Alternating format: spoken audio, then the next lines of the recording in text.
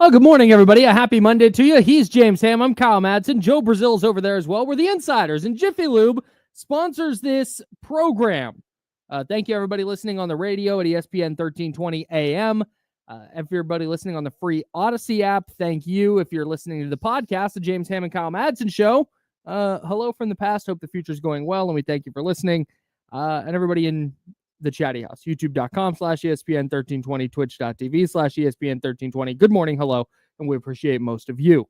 So I got a couple different ways I want to go here. Okay. Let's start with Friday. The Kings lose to the Suns 122-106. Domantas Sabonis has a nice little triple-double. But outside of Sabonis looking like Sabonis finally, I'm running out of things to say, which is not good given the medium. But when Doug Christie the other night says that's not us after they lost to the Knicks, well, it was you 3 games in a row now. Mm-hmm. And my concern is, and we said this after the loss to Golden State, my concern is not, the Kings have checked out. My concern is, this is just kind of what they are. I don't think they're not trying. Save for Zach LaVine, we'll get there. But this, to me, is not a matter of effort. This is not a matter of, they're just getting out schemed. I just think that their roster has very, very glaring flaws. And teams have gotten enough games against the Kings and enough tape of this version of the Kings that, hey, you know what? This is how you attack them. This is how you beat them. Yeah, I feel like this team has to be motivated differently like every 2 weeks. And that to me is not a good thing. That just shows you that that's crazy. That they just aren't grasping the basics of being, like, at the end of the day, good teammates. Mm-hmm. Like, this feels like a very, very selfish basketball team. It feels like a bunch of dudes who are just playing, I don't want to say playing out the string as much as they just have an eye on the scoreboard. Except for Zach LaVine, who should have his eye on the scoreboard, at least a little bit. It's baffling. To me, I don't know how else to explain it. They just look like 8 or 9 individuals that are playing on a court. And you got a couple of guys who are doing things that are team-related things. And even when Domantas Sabonis steps on the court, he finishes with a triple-double, right? Mm-hmm. It's only like his 9th triple-double of the season after leading last year. Mm-hmm. I thought he was excellent at distributing and rebounding. And mm-hmm. Again, he's beat up. Like, you can see it. We saw when Ryan Dunn threw him around and he instantly grabbed his hamstring. Mm-hmm. But I just don't feel it from the rest of the group. It's like, how can you go out and literally tell the media that the one thing you learned while you were sitting out for 3 games watching was that you need to be a better distributor and set your teammates up if you're Malik Monk, and then go out and lead the team in field goal attempts 3 straight games? If you're leading the team in field goal attempts and also dishing out like 10 assists, it'd be one thing. Yeah. But it doesn't appear that Malik Monk is doing anything different. In fact, he's probably doing a worse job of setting up his teammates than he was before he got hurt. Yes. That's what I don't, and if you do understand, please call the Oak Grove Kia Talk line, 916-909-1320. That's 916-909-1320. It's not even like anger or I don't even know the right adjective other than like, this is just it's disappointing. Disappointing's a good one. I'd also like the reality of it is difficult. Mm-hmm. Like watching and going, oh, okay, you're probably right, Kyle. This is who they are. Mm-hmm. And we've always been waiting for this team to gel. And I think they were gelling. They were, before they had the 2 injuries to Monk and Sabonis, they had started to play some good basketball. Mm-hmm. And again, this isn't all on Malik Monk. I'm not blaming anything on, he's the representative of what this thing looks like. Mm-hmm. And that's because he's the one who said, hey, I need to do this better, and then doesn't try to do that better. Mm-hmm. So that's a problem when you're looking at players who, again, for years I've covered so many head coaches There was one head coach here in Sacramento who always had these epiphany moments and like, I think I figured it out. I think I figured it out exactly what's wrong with us. And then he had no answer to fix what Yikes. was wrong.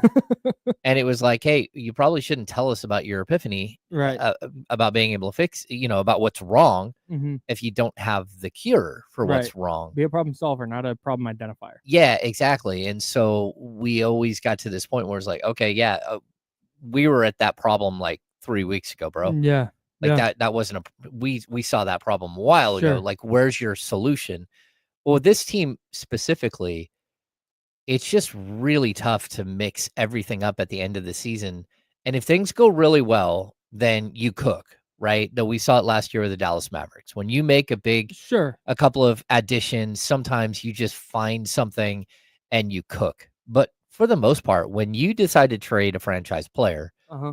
and then add another 2 pieces on top of that, After changing your coach. yeah, after changing your coach, the results are usually exactly what we're seeing right now. I mean, the Kings are lucky. They're a 500 basketball team, That's and they're it. just floating there. Yeah. And there's a good chance they'll drop below 500 over the next couple of days. Mm-hmm. They might not get back to 500. They might get back to 500. We don't know, but it doesn't matter. They're probably going to balance out right around the 500 mark on the season. And it's a disappointing season because I think that we all had higher hopes for who this group might be. And to watch this thing twist and turn and, literally take like so many detours Mm-hmm. along the way is pretty disappointing. You talk about disappointment, and I want to get to that for sure. But I want to make sure that this is clear up top too. Any individual player we talk about today, any individual player that gets brought up in the Chatty House or on the Elk Grove Kid Talk Line, whatever it is, there's no one person who's to blame for what's happening to the Kings right now. Oh, no. We're going to talk about individual aspects of what's going wrong and what has gone wrong, but that is not to lay the blame at the feet of DeMar DeRozan or Malik Monk or Keegan Murray or Zach LaVine or whoever. Mm-hmm. There's a bunch of stuff wrong, and we're going to get to all of it. We're going to try and get to all of it. Yeah. But is this the most, and now keep in mind, and I'm asking this literally, typically what you do in this spot is you like give a hard take on something, but I'm going to ask you, and I'm going to ask Kings fans because my like in-depth following of the Kings started in 2011 when I started interning at their flagship station, and I followed them really close through there. Is this because for me it is the most disappointing Kings season ever? Okay, so this is my 15th year covering the team. Right. I can think of one other season where I thought, holy cow, this is horribly disappointing. And it was Dave Yeager's first year coaching the team, the 2016-17 season. And this is a year that they went out and they loaded up in the offseason. They brought in Aaron Aflalo. They brought in Matt Barnes. They brought Omri Caspi back. They had Darren Collison and Willie Cauley-Stein, DeMarcus Cousins. I'm trying to think. Rudy Gay. Sure. They had Costa Koufis. Mm-hmm. They had Skal Labissiere as a young player. They had Ben McLemore. They had, Malachi and Garrett Temple and like Anthony Tolliver was the other player they went out and added during the offseason. Like they added talent to this roster trying to get them over the hump. And not only did that season spin out instead of making the playoffs, which is what that roster looked like when they first were put together, they went 32-50. They traded DeMarcus Cousins. Rudy Gay popped his Achilles. They waived Matt Barnes. Omri Caspi was sent back in. Tyreek Evans came in as part of the trade. They got Buddy Hield in that trade. Like that was one of the more disappointing seasons. But for me, this one probably takes the cake because it didn't have to be this way. And that's what we're always going to come back to. Like, why did this season spin out? And like, that's where you start to like push blame, in my opinion. Like this season did not have to go this way at all. There were so many other pathways and so many other opportunities to change the trajectory of this team. And they didn't. And then when they did do it, it was so dramatic that this is what we're left with. It feels like the delta between because we were at the Cal Classic game when DeMar DeRozan came Oh, out yeah. with Vivek courtside. Everybody's there. They're playing the Kendrick Lamar song, and it's like, oh, hey, they traded for DeMar DeRozan. He is here. Like, oh my God, that's a piece. We talked about their roster needed to be better, and we looked at it. And we go, okay, they got better players. They got a better roster. Here's how he fits. Okay, we love this. They went 48 wins, playoffs, 46 wins, out in the play-in. But hey, this is the bounce back. Here we go. To this, to their 33-33, and when you look at their schedule, it's like, can they get to 500 by the end of the season? I don't know. I don't think I'd bet on it. Yeah, that would be a tough bet. I just don't. There's no reason to give them the benefit of the doubt at this point. I have no reason to go, oh yeah, they're going to go in and they're going to beat Memphis tonight. They're going to bounce back and beat Memphis. I think maybe, but I have no reason to believe that. I have no reason to believe that they're going to go in and beat Milwaukee or Boston or OKC or Cleveland. I think you have Golden State again. Mm-hmm. You don't have Golden State again. No, but you do have the Clippers again. You have the Clippers again. You have Phoenix again. Right. There's no reason for me to go, oh yeah, that's you can go get that game. Because like, hey, you're gonna be an underdog in that game. Might be an underdog against Phoenix by the end of the year. I have no idea. Yeah. It's just it feels so like last year was a little underwhelming, to be sure, but it didn't feel like the end of the road. Whereas this season has not only been horribly underwhelming, like we were talking 50 plus wins before the year. Oh, yeah. Not only has it been horribly underwhelming, it also feels like, oh, the path forward is now muddy. The path forward is no longer clear. At least last year, you go to 46 and it's like, all right, you still won 46 or 3 or 4 games where you hit a couple of free throws and you're at 50 wins. Not super worried about it. You got DeMar DeRozan in here now. You didn't trade any major pieces. You still got some roster flaws, but hey, the roster's better. Here we go. To 33-33, and you've lost 4 consecutive games. While the Clippers have won 3 straight, immediately ahead of you. Mm-hmm. 2 spots ahead of you are the Timberwolves, who have won 8 straight.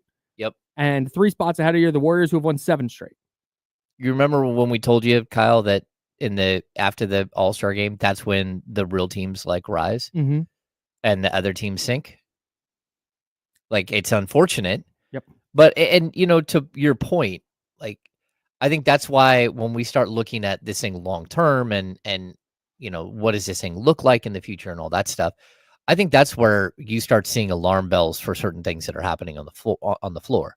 That's where realistically the Zach LaVine question comes in. Yes. Is that there's like, if you're not out there and you're not hearing alarm bells, then you're not paying attention.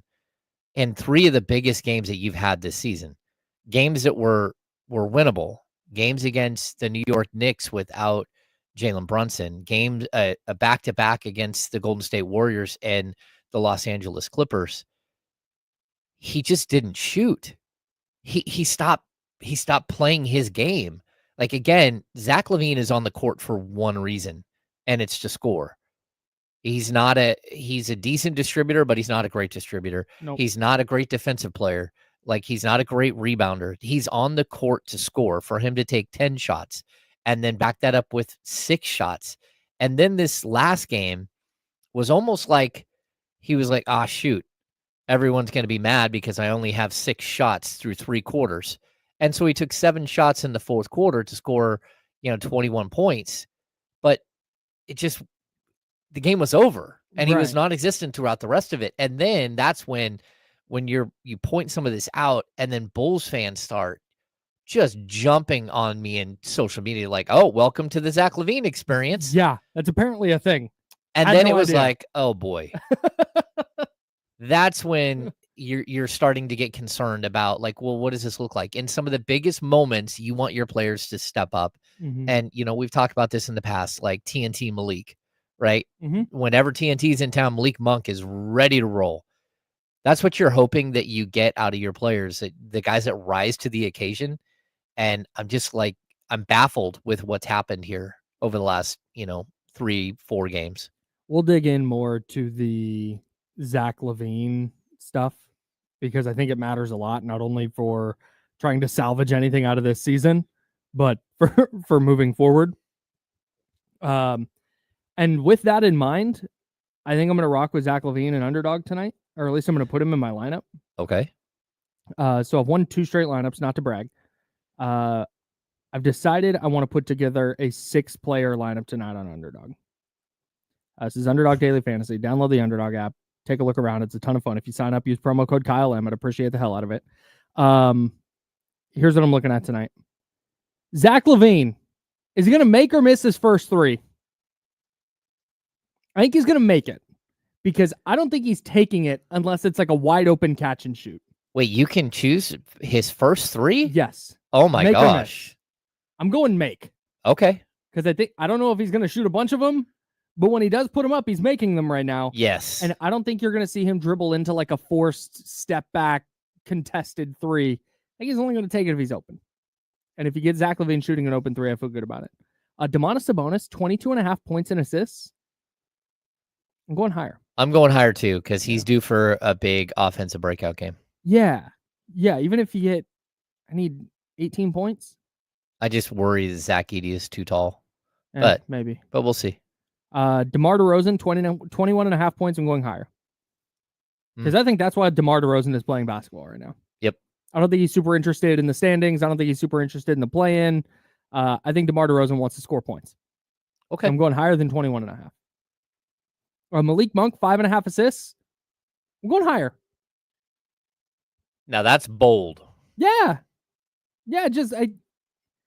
It feels, even through this stretch where he's not distributing as much, he had 5 assists last game.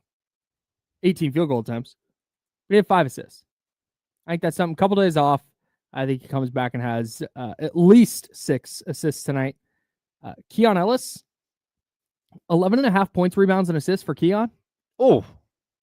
That feels easy, right? It does. Like, almost to the point that I want to go lower. Because why is that number so low? But he might hit 4 threes and just get to the points. I think he's going to get plenty of time, too, playing against Desmond Bane. Yeah. Especially with John Morant out. Yeah, so I like Keon Ellis higher than 11.5 points, rebounds, assists. And you got to throw a player from another team in there. So I'm going with Sacramento kid, Jalen Wells, higher than 9.5 points. Good shooter. Get some open looks. I need 3 threes and then a bucket. I think I can get that. Give me Jalen Wells at 10 points. I'm here for it all, Kyle. I'm super excited for Thursday because that's when March college basketball really starts, and then we can really get into it. We can get to the nitty-gritty with Underdog, and we're going to help you out because my bracket is going to get busted very early on, but Underdog's going to be there to save me, so I'm going to have action on every single game. Download the Underdog app and sign up now using promo code KYLEM, that's Kyle M, to unlock a special offer of up to $1,000 in bonus credits when you make your first deposit. Join in on the fun when you sign up with promo code KYLEM. Claim your special offer today and get up to $1,000 in bonus credits instantly upon first deposit. Must be 18 plus and present in a state where Underdog Fantasy operates. Void where prohibited. Terms apply. Concerned with your play? Call 1-800-GAMBLER or visit www.ncpgambling.org. In Arizona, call 1-800-NEXT-STEP or text NEXT-STEP to 53342. In New York, call the 24/7 HOPE line at 1-877-8-HOPE-NY or text HOPE-NY. All right, what the hell's going on with Zach LaVine? And can the Kings salvage this thing? Plus, the 49ers made a very weird move over the weekend. We'll talk about it next on The Insiders, brought to you by Jiffy Lube. It's ESPN 1320, Sacramento Sports Center. Thanks, guys.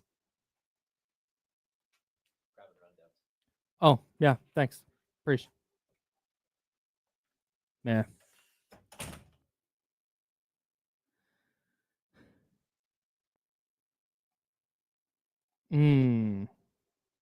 Yeah.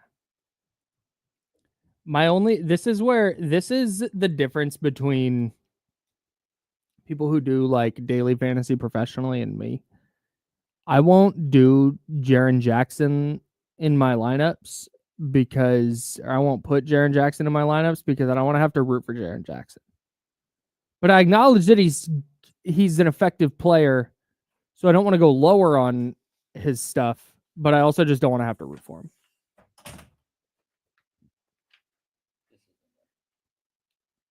Oh, okay. Let me see. You have one. Anything? Do I? Oh, great. Thanks. Oh, Nugs Warriors tonight on this station, huh? Wow. Nice.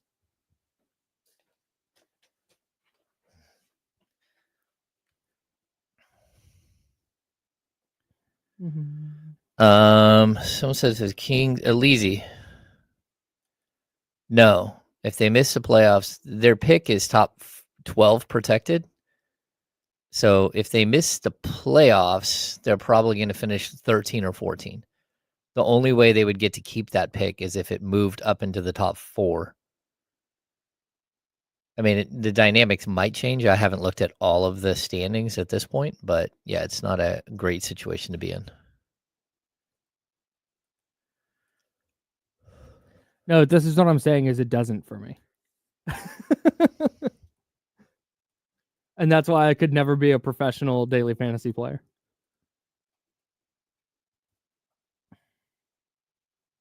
Yeah, as of right now, the Kings have the 14th pick.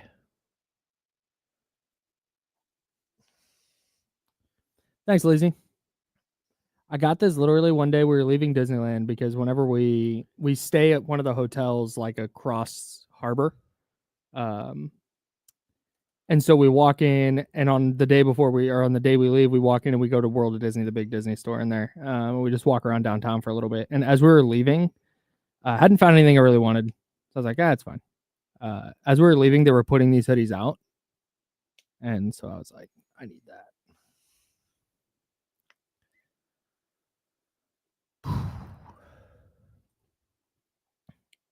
We'll discuss this for sure.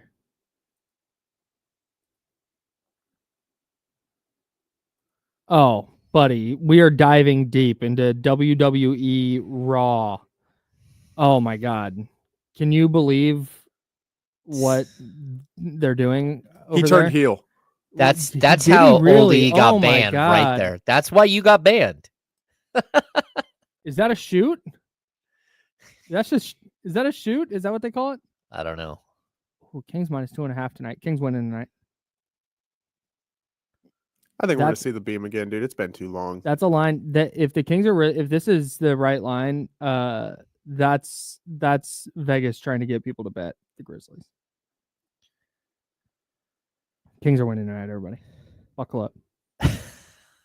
No, not a big video game guy. You would really like Final Fantasy. So I did when I was growing up, played a lot of Final Fantasy VII. I was going to actually add a couple of the Final Fantasy VII little sounders to my board here. Yeah, there's a lot of good ones. I don't know why we're discussing politics in the chat, but cut it out. We don't do that here. Yikes.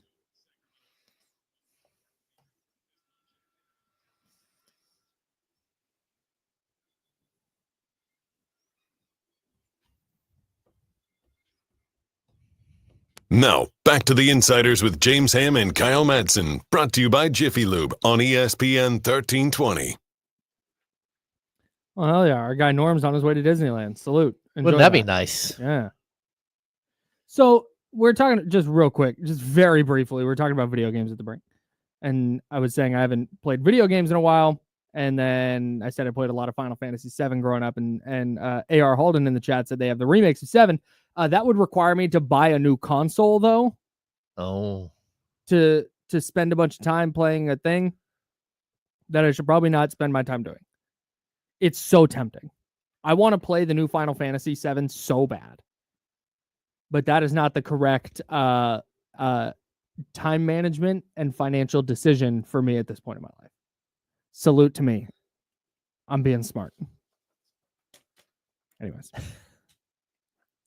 Dynamite drop in, James. My bad. My kids have all of them, all of the consoles. I don't know what to say, Kyle. That's all good. We'll talk about it. We'll get back to the Kings and what the hell's going on with Zach LaVine. I got some 49ers news from over the weekend. Kyle Juszczyk is now back with the 49ers on a 2-year, $8 million deal. What happened there, Kyle? I'm so confused. So I haven't seen the structure of his new contract. Which that's always the thing that smart people say with the NFL.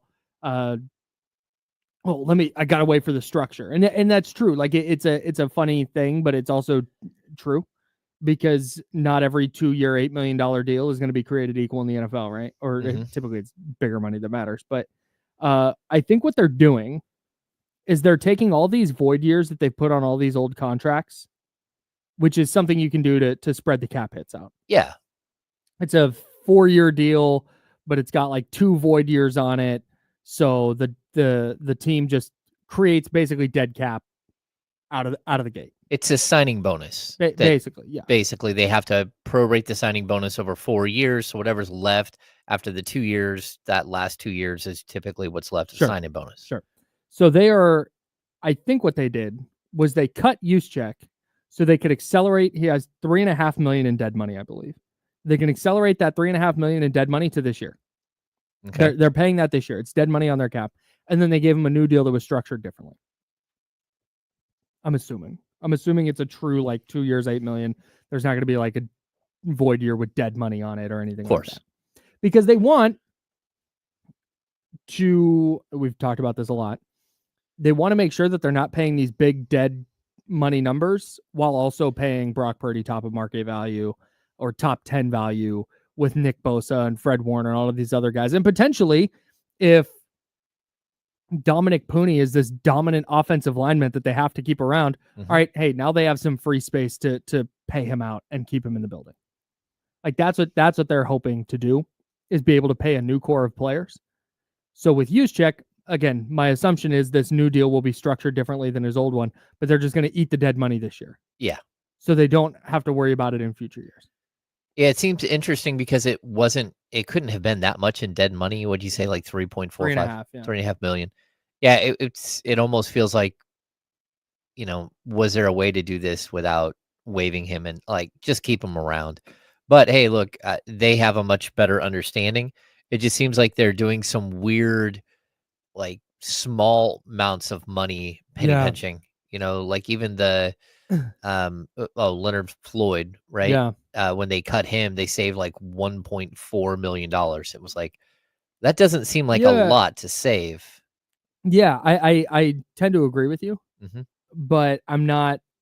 Again, I assume there's some kind of plan here, because dead money is money they've paid already. It's not like it's not like additional.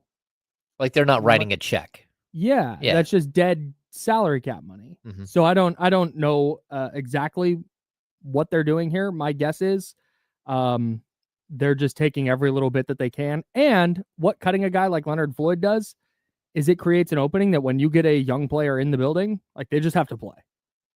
No, that's a good thing. Yeah, because I think that's been a huge problem with their 22 and 23 draft classes, and to a lesser extent 21, is like, hey man, just they drafted a bunch of guys who didn't get an opportunity to play, or they had to be perfect to get on the field, and then they're losing 2 or 3 years of development sitting behind Leonard Floyd. Yeah, no, that makes sense. I guess. They also traded Jordan Mason. I cannot believe the amount of backlash that they got for trading their third running back. But their third running back, who was third in the NFL in rushing yards before McCaffrey came back. Yeah, totally. Led the team in rushing last season. Good player, no doubt. But we have to be realistic about this, at least a little bit. One, Jordan Mason, not a good receiver, not a good pass catcher. Nope. That is going to be a problem for the 49ers. So they put a second round tender on him, which meant they were going to pay him a little over $5 million this year, fully guaranteed. And then in the offseason, he was going to walk. They weren't going to pay him.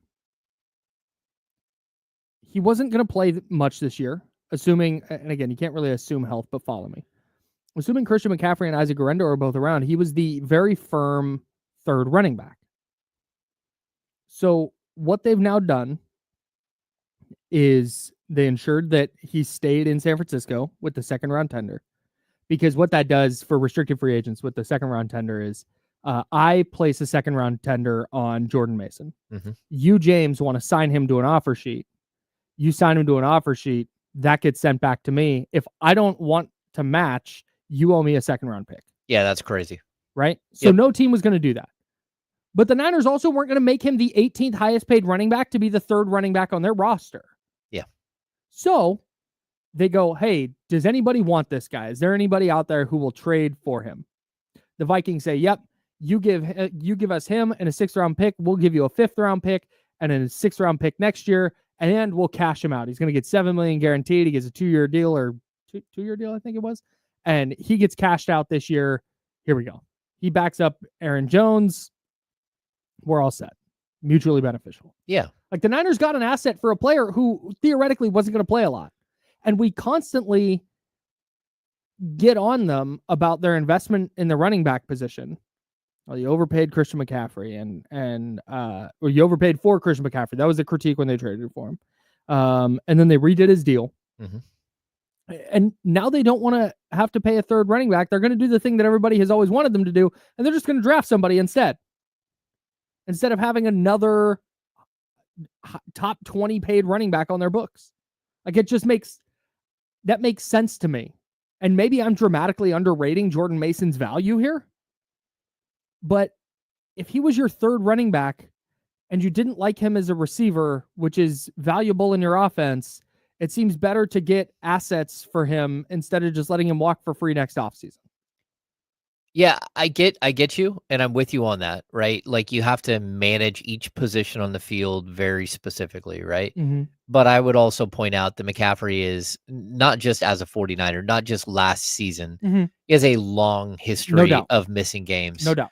And Guerrero was perfectly fine, right? And he does a lot of the things that we're talking about. He catches the ball out of the backfield. I think that he can actually be used as like a third down back and like all these different things, right? You can even maybe use him in a Debo situation where you put him out on the side and you have him come around, do the end around or whatever, right? So I like that player, like, and what he kind of represents.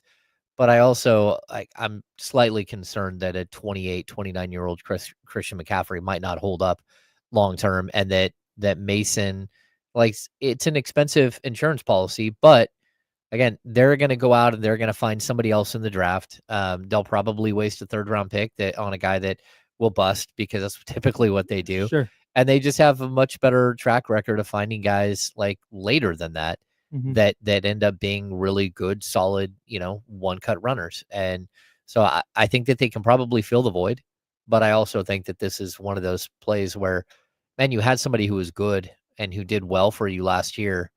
And it's a little tough to see them, get a swap a 5th for a 6th and pick up a 6th-round pick or a 7th-round pick next year. 6th-round pick next year. Yeah, it's not. Again, if they had tried to trade him mid-season last year, and there was a team that badly needed a running back, yeah, you're probably getting a lot more for him than this. Yeah. But it's the value of it, right? You found Elijah Mitchell in the 6th round. Jordan Mason himself was undrafted. Matt Breida, who had success with the 49ers, undrafted. Raheem Mostert, who had success with the 49ers, granted he wasn't an undrafted free agent or an undrafted rookie with them, but undrafted guy who eventually found success with the 49ers. Like this is the whole thing. Like the whole point of the Shanahan thing is, yeah, anybody can plug and play and be a running back. Yep. So if you have a chance to get an asset for one and then just draft another one that you feel good about, plus you have Patrick Taylor, who was really good in the season finale last year. He's back. Yeah. I'm okay with it. I don't think it's as dire as it got. It's not like he was their starting running back and now they have nobody in their backfield. Yeah. I don't. You're right. It's not like he was your starting defensive tackle and you know. And you just released him for apparently no reason. Yeah, no, it's not like that for sure. Yeah, I don't. Now you definitely need to find another running back that you really like. Okay. I have not done the deep dive on late round running backs this year, but people who are smart with the NFL draft really like this year's draft class. Maybe the Niners really like this year's class and they go, hey, there's 2 or 3 guys that we think we can get that can be as good or better than Jordan Mason. And we feel good about it. And here we go. We're just going to get this asset. We're going to move on. Yeah. I think everybody wants Scadabo. There we go. Yeah. Sac State legend. Stingers up. Why not? Bring him in. I'm going to be so interested to see what the evaluation of him is in the NFL. Mainly like everything says 3rd round pick. Yeah. I maybe, but he's one of those guys that like not super big, not super fast. Remember like Toby Gerhart? Yeah, or touchdown Tommy Vardell. Sure, that goes over my head, but yeah. where the like bowling ball really hard to tackle thing Mm-hmm. doesn't always translate. Frank Gore Jr., another one. Oh, like yeah. sometimes that just doesn't translate in the NFL, and that would be. But I have no idea. Maybe teams just love him, and Yeah, I mean, at worst case scenario, he looks like he could play fullback. maybe. Yeah. I don't know. Anyway.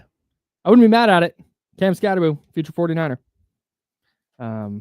Anyways, I don't know, man. Maybe I'm underreacting to the quote unquote dismantling of the 49ers. Maybe they're gonna go, but like they were 6-11 last year, man. Like this is my thing. Their run defense sucked, and they cut their starting defensive tackle. Oh no. Yeah. No, I get it. I get it. But at the same time, the defensive tackle was playing with one of the worst linebackers behind him that we've ever seen. Like Fred Warner was great, but his partner was... Yeah, Devondre Campbell wasn't very good. Yeah, no doubt. Yeah, who quit at the end of the season. I mean, just wasn't very good the entire year. Sure. So, I mean, like, I'm not going to put all the run game issues on one guy. Yeah, Plus, no, that's not what I'm doing. But that's not what I'm doing. This exodus of the 49ers have lost all their best players. No, they haven't. Yeah. I don't understand why that is a talking point. No, I'm with you. Talanoa Hufanga, not that good. Can we keep it a stack? Can we be adults here for a second? And instead of going, wow, he looks like Troy Polamalu. No, he doesn't. Just because he has long hair. Just because he has long hair. Like, what are we talking about? Yeah. The dude, for every splash play he has, he gives up an explosive play because he's out of position. Mm-hmm. That's the most, his all-pro in 2022 is the most fraudulent all-pro nod I've ever seen in my freaking life. The Dre Greenlaw loss, that hurts. No doubt. Replacing Dre Greenlaw is going to be very tough. But even that one, like, you had no idea if he's ever going to be the same player he was a massive question mark. Yeah. No doubt. But again, I personally would have kept him around, but that's a separate thing. But like losing Aaron Banks, who cares? Yeah. Like I don't losing Leonard Floyd. Okay, cool, man. Name your favorite Leonard Floyd moment from last year. Yeah, I don't have one. You don't have one because he never had an impact. Yeah. Malik Collins had 5 sacks. That's a nice year for defensive tackle. He was fine. He was a fine player. This is not wow, the Niners lost Nick Bosa and Christian McCaffrey and Fred Warner. Oh my God, what are they going to do? Mm-hmm. Okay, they lost some starters and some rotational pieces, no doubt. And they need to fill those. And is filling those through the draft going to be super easy? Not necessarily. Yeah, but this idea they lost all their best players is just insane to me. They went 6-11 last year, and now they're trying to retool. Makes sense. Yeah, even watching Debo, like Debo was just a shell, like just an absolute shell of himself. Thank you. And I know people are, oh, well, you know, how are you going to replace him? Like, well, do you need to replace him? Because what you got from him last year wasn't good enough. Just straight up, it wasn't good. And Juwan Jennings was twice wide receiver that he was. Yep. He wasn't good as a running back anymore. Like, I don't know what exactly. Like, I get what you're saying. Mm-hmm. That you kept, still you have the core, mm-hmm. but you got a lot of work to do now. You definitely do. The fact that not only did they take the first couple of days off of free agency, but realistically, they took the entire free agency period. They have done very little. Absolutely nothing to replace the defensive tackles or even bring in guard depth on the mm-hmm. offensive line or someone to compete with like a really poor Colt McKivitz at right guard. Mm-hmm. Like there's nothing mm-hmm. that they've added that would make you think that they're building some of these crucial mm-hmm. positions on the field. So they got to have a great draft, mm-hmm. but then you still need more help. You're still going to need veterans. You're going to have to find guys that can fill some of these holes. It wouldn't shock me if we see the free agency signings kind of die for now. Mm-hmm. And then after the draft, once they no longer factor into the comp pick formula, I think that's when you'll start seeing teams revamp and make free agency plays to fill some of the holes they weren't able to fill in the draft. Well, that I could also see them going out and making some trades. Like maybe, go, take a 6th round pick or a 5th round pick or a 7th round pick and go start filling some of the holes that they did with Malik Collins last year. Yep. 7th round pick out for him and got a guy who started 17 games for him, only to get cut. All right, let's get back into the Kings. They have a matchup tonight against the Memphis Grizzlies that we will dive into. And we'll get to the Zach LaVine stuff as well, because that is just baffling to me, and I would like to try and understand it. That's James. I'm Kyle. Joe Brazil's here. We're the Insider, sponsored by Jiffy Lube on ESPN 1320, Sacramento Sports Leader.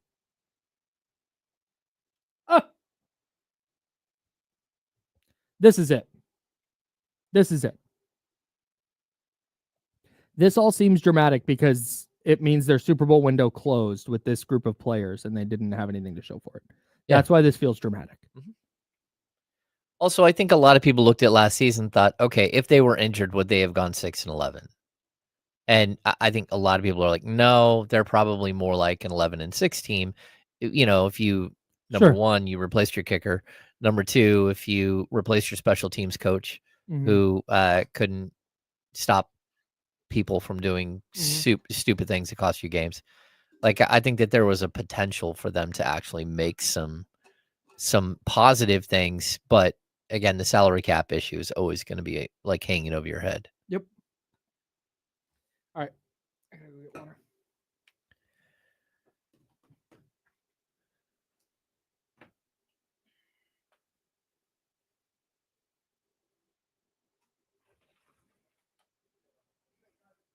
What's going on, everybody?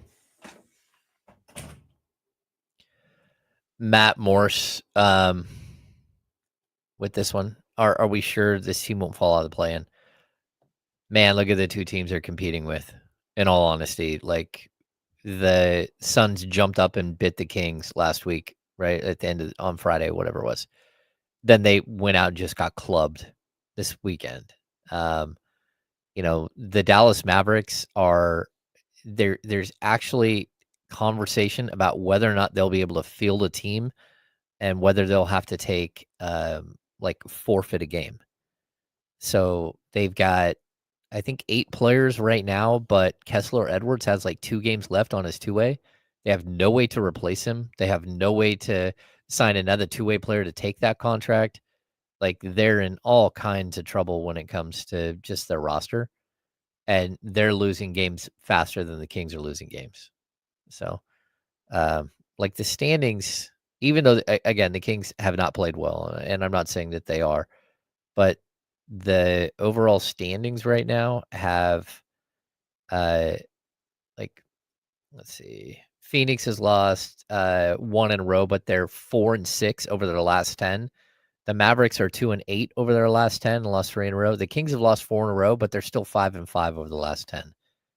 So I don't think there's any way for Dallas or Phoenix to catch the Kings, but maybe I'm wrong. I think the Kings are pretty locked into the 9 spot.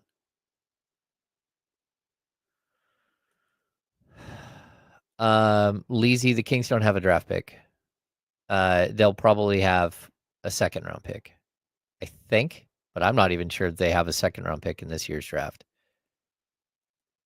Actually, I don't think they do, unless they got one back in the trade. What's good, Dustin? The baby daddy, what's happening?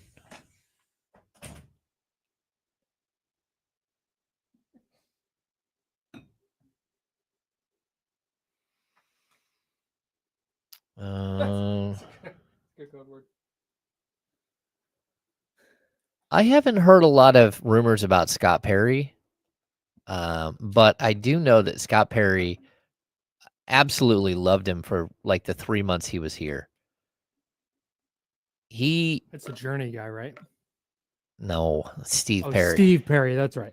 Scott Perry left to become the GM of the Knicks. He worked for Vlade for like, he was supposed to be sort of the guy who makes phone calls and does all the busy work. If he were to come back, I would be all on board, to be honest with you. He made a point to have the media director at the time set up a lunch date with each of the individual media members. And they took us out to lunch and had conversations and like, what's gone wrong here? How can we help? How can we be better? Wow. I thought he gets it. And he had also made mistakes in his previous stop, which I think was Orlando, where he didn't do that stuff. And so if he's one of the names being mentioned, I'm all in. I like Scott. Did the Kings have a guy who left to go to Detroit? Chris. No, they had a dude who came from Detroit, which was. It'll come to me. Ken Catanella. Now, back to the Insiders with James Ham and Kyle Madsen, brought to you by Jiffy Lube on ESPN 1320.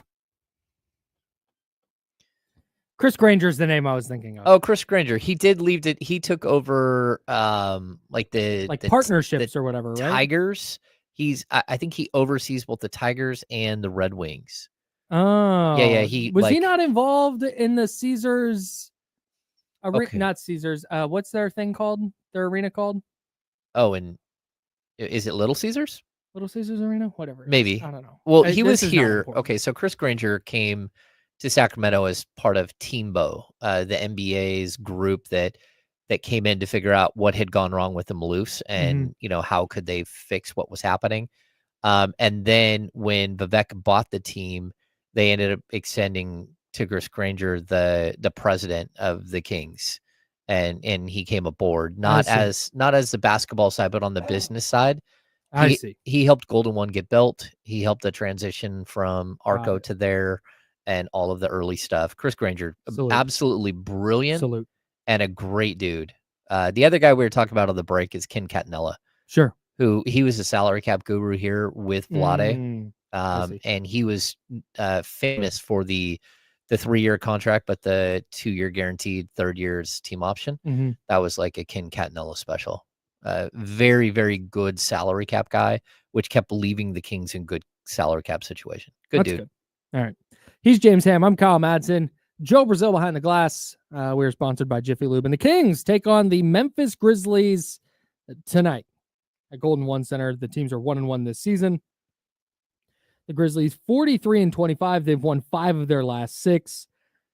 I think Memphis is a really tough matchup for the Kings because they have a team full of dudes who do all the stuff that we want the Kings to do more of. Yeah. Like they have a bunch of dudes who play the sport like Jake LaRavia does. And Jake LaRavia stands out so much when he plays for the Kings because it's like, oh, wow, look at that guy.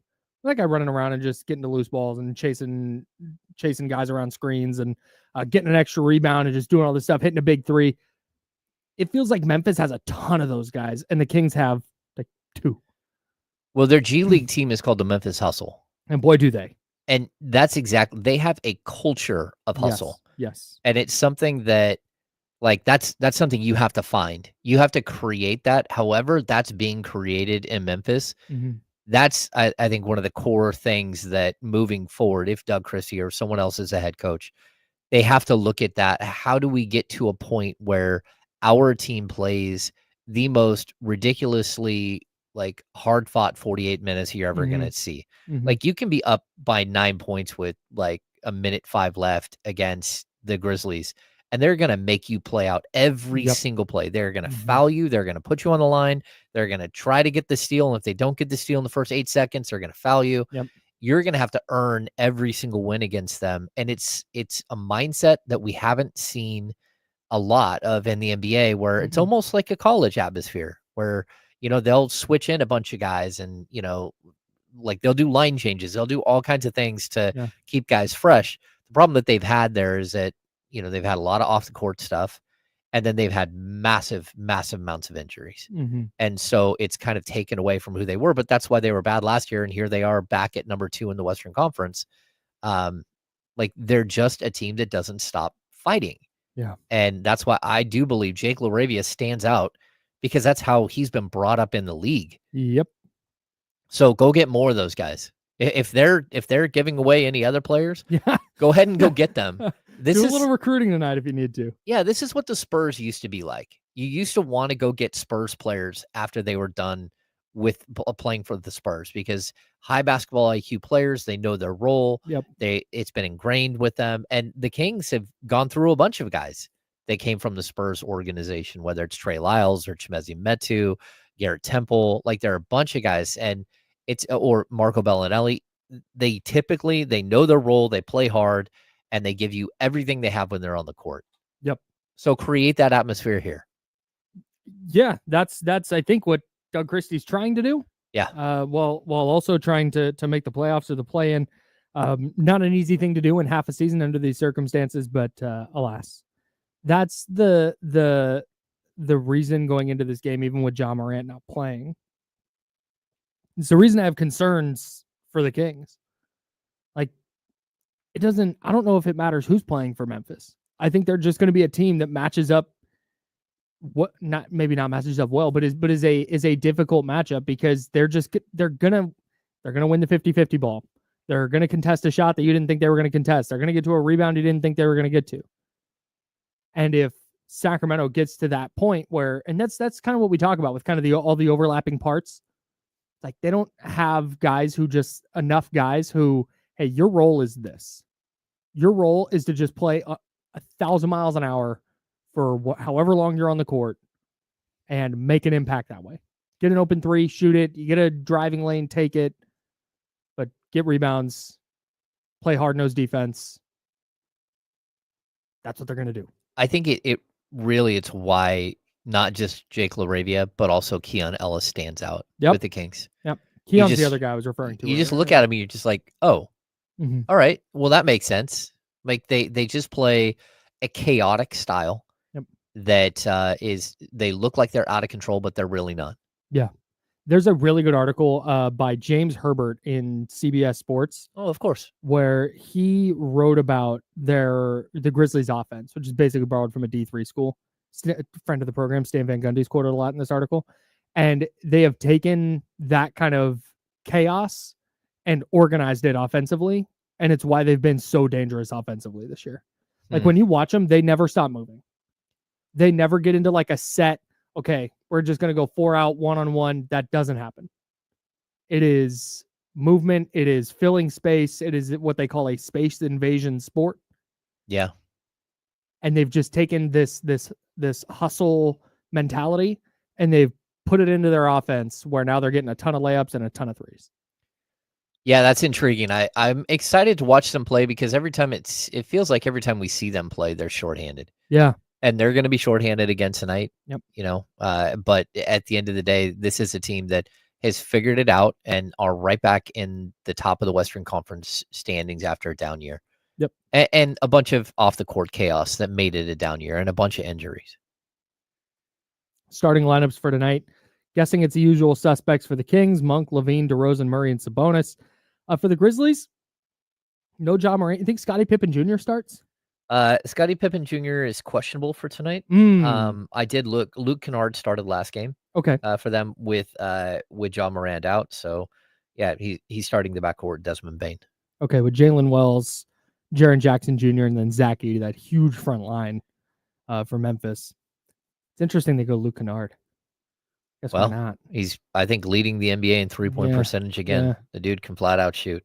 We mentioned Ja Morant's out. Santi Aldama is doubtful. Scottie Pippen Jr. just mentioned is questionable. Anything for the Kings? Yeah, as of right now, we've got questionable for Trey Lyles. The Santi Aldama doubtful is actually really big for the Kings. That guy tears up Sacramento. A good player. He is a good player. He's a very, very good 3-point shooter. And every single time you play them, it feels like he gets maybe 4 or 5 threes that just keep them in the game during certain stints. Yep. And so not having him would be a big deal for them tonight. And again, he is doubtful. So looks like he's not going to play. He did not play in their January matchup, which the Kings actually won. But to your point, back in December when they played, he was 6 of 8 from the field, 3 of 3 from 3. He had 15 points and 10 boards. Yeah. He's just impactful. Yep. Yeah, I like him as a player. Matchup of the game for me, I tried to James this one where I didn't do 2 players. Kings versus the Doldrums. Yeah. This is a spot where your season, and if you think the season's already over, so be it. But realistically, it's teetering. Like it is on life support. And this is a spot where you can feel that urgency and you can play with that urgency, or you can go, well, lost 4 in a row, probably stuck in the play-in, haven't been playing well. All the teams in front of us playing great. What are you going to do? Yeah, we have like measuring stick games. I think this is a will you hold on to the rope game? Because if not, this is going to be a horrible week of Kings basketball. And if you let go of the rope tonight, you have got to fight and you got to play this team well. If you let go of the rope tonight, the schedule just gets more and more brutal. You got a game against the Bulls, but after that, it's just the schedule is reckless. Yeah, man. And it's just we talk about building that culture. Mm-hmm. To me, if you're Doug Christie and you're the Kings, well, if you're the Kings and you believe that Doug Christie is going to be the guy going forward, this is a time where you're going to figure out who's going to be a valuable piece moving forward and who's not. Yeah. Because if you've got somebody coming out and not doing the right stuff to help the team, if you've got somebody going and playing outside of what they're supposed to be doing offensively or defensively, or they're just not getting it, or they're just not hustling, they're just not playing hard. All right, great. Told us everything you need to know about that player. Because realistically, yes, are the Kings playing well? No. Are they, what are they, 4 back of the 8 seed now? Is that right? Mm-hmm. 4 games back of the 8 seed? Like mathematically, you can still climb. Realistically, are you going to? But that's for us to talk about. That's not for you as a player to decide going into a game. We're probably stuck in the 9 seed, so let's just coast here. No. Go win 5 in a row. Go try and get back. Go swing an upset against one of these teams that everybody's decided you're not going to beat. Yep. Go have that level of pride. Go show that Doug was right when after the next game he said that's not us. Because since then, it's been you. I would like to see them come out tonight and play with the urgency of a team that is closer to falling out of the play-in entirely than hosting a play-in game. Yeah. That's what you're hoping, that they come out and they show pride. Mm-hmm. They're kicking off a 7-game homestand that's absolutely brutal. Mm-hmm. But you're on your home court. This is your fan base. Mm-hmm. Like, show up. Yep. Like, take pride in what you're doing. And I know that's a big thing for Doug. Like, this is a community that supported him for decades. Like, take pride. That's it. Show up for these guys, for these fans. Quick correction before we step aside. The Kings would currently in the 9 seed host a play-in game. I meant host a win or go home game. Yeah. In the matchup for the 8 seed, but semantics. They're 2 games out of falling out of the play-in entirely. That was my point. Go play with that urgency. All right. That's James. I'm Kyle. Joe Brazil's here. Can the Kings snap their 4-game losing skid tonight against Memphis? We'll have keys to victory coming up for you in a bit right here on ESPN 1320. It's Sacramento Sports Center. Your face is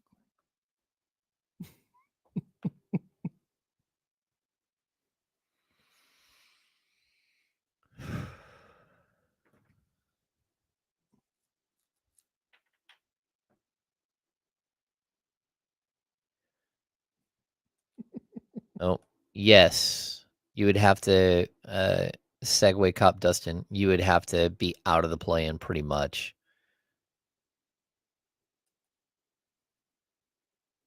And even still, I mean, it's going to be really difficult for the Kings to get into the top 12. Like, your percentage, if you're the 13th or 14th, which is probably where the Kings are going to end up, if you're the 13th or 14th pick, though, and the percentage of you moving up into the top 4 picks in the lottery are almost impossible. I would love to do corned beef and cabbage today. I love corned beef. Turns out I do too. Didn't know that until very recently. Big corned beef guy over here too. It sounds disgusting. I love it. Okay, it sounds awful, but it is delicious. It's so good. Yeah. So Kevin Phippen has the greatest corned beef recipe ever. Like, you put it in what an honor. Like, very strange. You put it in the slow cooker. Okay. You cook it in Guinness with a bay leaf. Well, with their spices. Sure. Guinness and quarters of oranges. Just squeeze them and drop them in. Sounds great. And just cook it all day. And then you make like a glaze to put over it before you put it in the oven. Mm-hmm. So the glaze is, I think it's concentrated orange juice, honey, and like a spicy, like a stone ground deli mustard. My God. And then you smear that all over the top, and then you put it in at like 350 for 20 minutes or something. So, yeah. Damn. Dustin, I'll have to get back to you on your fantasy lineup. He's in my fantasy baseball league. I haven't I don't even know what mine looks like, honestly. I was a little scrambled last night. It was I had to pick a starting pitcher first round, so that's never good. Oof. Also, I would love corned beef tonight, but we have a game. I don't know if the Kings. Oh, will do dude, corned beef. they are going to serve the nastiest corned beef you've ever seen The in your worst life, version bro. of. Yeah, I love a good Reuben, and so corned beef one night, and then Reuben the next day. Sure. We did buy corned beef. It's just I'm not going to get to have that. It'll probably be tomorrow night's dinner. Oh my God, it's 11 o'clock. Damn, that first hour flew by. That's what this is one of those days, man. I'm telling you. Something funny's going on with the rotation of the Oldie, Earth. Or come something. on, bro. That's ridiculous. Jesus Christ. What's ridiculous? Just Out of line, crazy. out of pocket. That was a lot.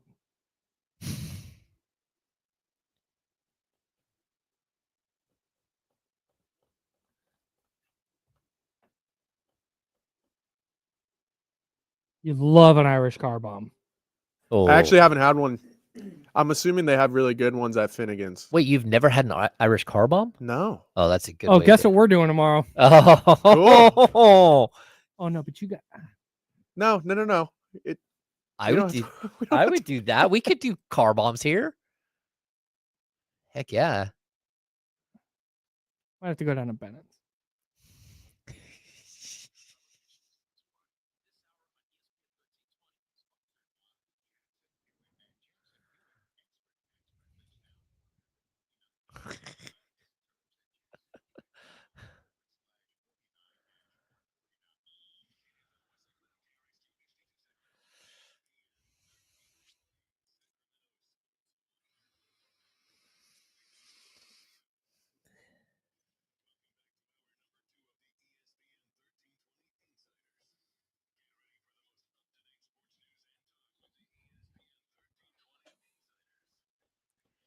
Hour number 2, that's James Ham, I'm Kyle Madsen, Joe Brazil on the ones and twos, and we are sponsored by Jiffy Lube. Taking you up till noon, then we'll hand it off to D-Lo and KC. A happy St. Patrick's Day to those of you who celebrate. You're a big stout beer drinker? Oh yeah. If I drink beer, I prefer either a brown ale or a stout. Like I love Guinness. A brown ale is great. So I was not a big Guinness is fine. But when I went overseas to England, I always got told like it's different there. And I always thought like, well, BS. Like you're saying that because of the vibes. You're at an actual English pub or maybe an Irish pub, and it's gonna feel different, right? So I ordered one so I could confidently be like, see, it's the same. It's not. It's delicious. Oh my God. It's so good.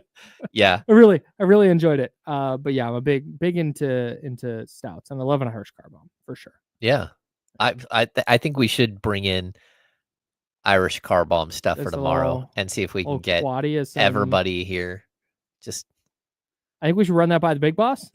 Okay. But given the amount of mimosas and Bloody Marys the big boss poured the other day, I'm guessing he'll be cool with it. He brought one into the studio. Yeah. I mean, I'm not supposed to have liquids anywhere near just anything. Pulled up with it. Yeah. Just dropped this. B, I'm on the air and there was plenty of vodka up in there. Like, all right, I'm here for it. Sorry, Kevin from the Wake Up Call just walked by. We got beef. That was his fault too. Yeah, no, that was not cool. Yeah, no, we got issues. We don't. I love Kevin. That's James Ham. I'm Kyle Madsen. Joe Brazil. Spinning the records today. We're sponsored by Jiffy Lube. It's Kings Memphis tonight at Golden One Center. I'm past the point of like must-win game. Like we all know where we're at. We all know where the Kings are at. Can they pull it together and win a game? I have no idea. We'll have keys to victory here in a second. But I just have no feel. Yeah. Yes. Like what version of the Kings are you going to get? Because you might get a version of the Kings that went into Boston and beat Boston. Granted, feels like a lifetime ago now, but you might get that version, or you might get the one that has lost 4 in a row, 3 of them in ugly fashion. Yeah, I think we usually know pretty quickly too. Like in That's the it, first dude. quarter, Yes. like whether this team has it or they don't. And then there's a point where you just watch the given, and I don't like that at all. Like this is a team that should be way better than they are. Mhm. And like the talent on this team is still high end. But if you don't play together in the in the NBA, you're going to lose. That's it. And you just watch it play out. I mean, we keep hearing, oh, they don't have a natural point guard. And Domantas Sabonis, again, missed 6 games, walked in, clearly still beat up, Mhm. and dealt 10 assists in the with no problems. Yeah. It's possible to move the Yeah. ball. Yeah. And it's one thing that I just don't get why they've gone away from all of the Sabonis stuff. Like, go back to it. And I don't care what anyone says. That was not empty calories. Like Mhm. if he had 20 something points in a game like that, if he would have had a bunch of like 3-point attempts or like Sure. padded his offensive stats, that's one thing. But going out and getting 10 assists in an NBA game is extremely difficult. Yeah. And I mean, just look, because I don't think Malik Monk has done it in a while. Like I know Zach LaVine had 1 10 assist game. Mhm. Like Domantas Sabonis can walk into any game and if you run the ball through him, he'll come away with 10 assists. And so for me, like get back to the basics. Just get back to the basics and stick with the basics. But I don't even know what the basics of their offense is anymore. This is not like a 3-point shooting team. This is not a dominant paint team. This is a team that has some individual scorers who sometimes get hot. Yeah. Like I fully understand what you're saying, and I'm not against that idea. I've been saying get somebody who can dribble the ball across half court, throw it to Domas, and do what you got to do. Get out of the way. Yeah, run around. Yep. Go create lanes and do stuff. Run off dribble handoffs. To me, there's no reason that shouldn't be the Kings' entire offense at this point. Well, I would agree. If that is. I'll point to the flaw though.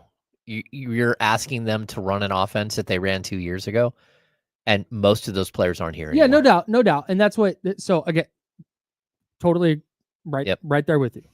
But I think if you're looking for impact, and you're trying to basically force a square peg into a round hole with round square peg round hole. Yeah. Run. Yep. Is that right? Okay. Mhm. You can. Okay, Zach LaVine, you're going to play off the ball and you're going to cut and you're going to when Domas gets the ball inside and they double, he's going to spray it and you're going to catch and shoot. DeMar, you're going to run off these dribble handoffs. You're going to try and get downhill, maybe distribute a little bit. Like trying to find these, same thing with Malik. We're going to get you into the pick and roll and just forcing these guys to adapt their games to whatever Domas is doing. And that to me is where he's going to have his greatest impact. Yeah, I mean, at the end of the day, not only does someone have to be sort of the hub to distribute this thing, somebody has to like speak up, and they need to run the show.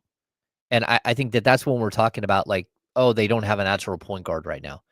They do. He's just 6'11". Like run the ball through him, or 6'10", whatever Domas is.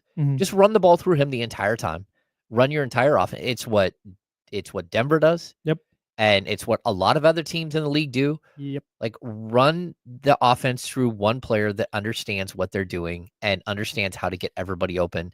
And not only that, who is willing to distribute equally and be fair. Yeah, he's going to make a smart basketball play. He's going to make the right basketball play. Yeah. Just kind of, I think, to me, what they need right now. Let's get to keys to victory. What is your first key, James Ham? The Kings trying to snap a 4-game losing skid. Number 1. You got to force Zach LaVine to engage. Boy. Enough already, man. If this who he is, the Kings are in a whole bunch of trouble, not just this season, but next year.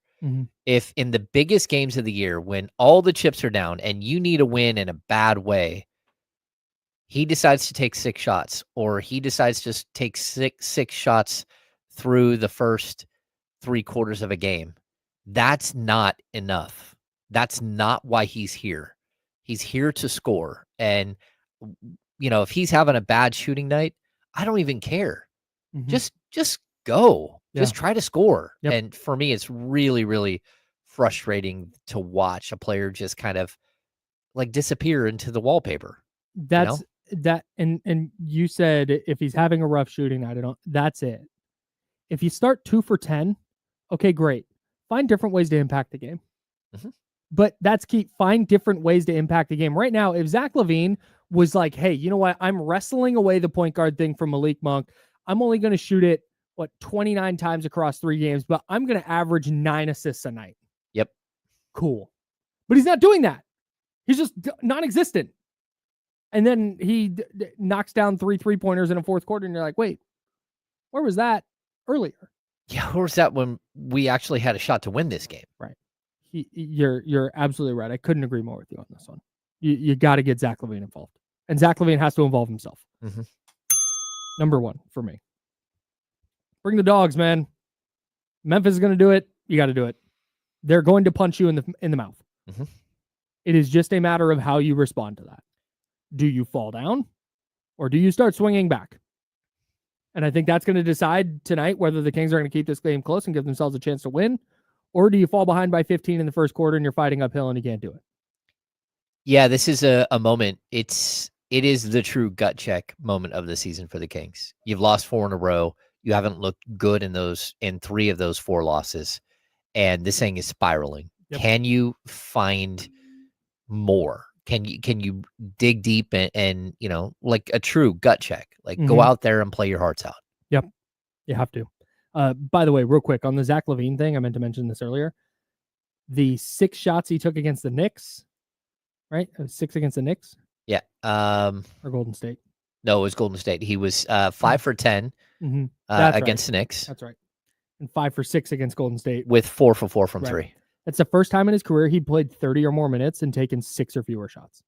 The fewest shots he'd ever taken in a game where he played 30 plus minutes. Yeah. Come on, man. That's tough. So especially this is what we're talking about. Especially when he hits 5 of 6 from the field and 4 of 4 from 3. Yeah. Man, come on. Number 2. Run the offense through Sabonis. The biggest thing for me is if you run the ball through Sabonis, there's a reason why you do it specifically against this team. Mm-hmm. It's to get a 7'4" gigantic human being in Zach Edey away from the basket. Make him move his feet. Make him, if you get him in space, you can toast him. Yep. Like he does not move well at all. He is not good in the pick and roll.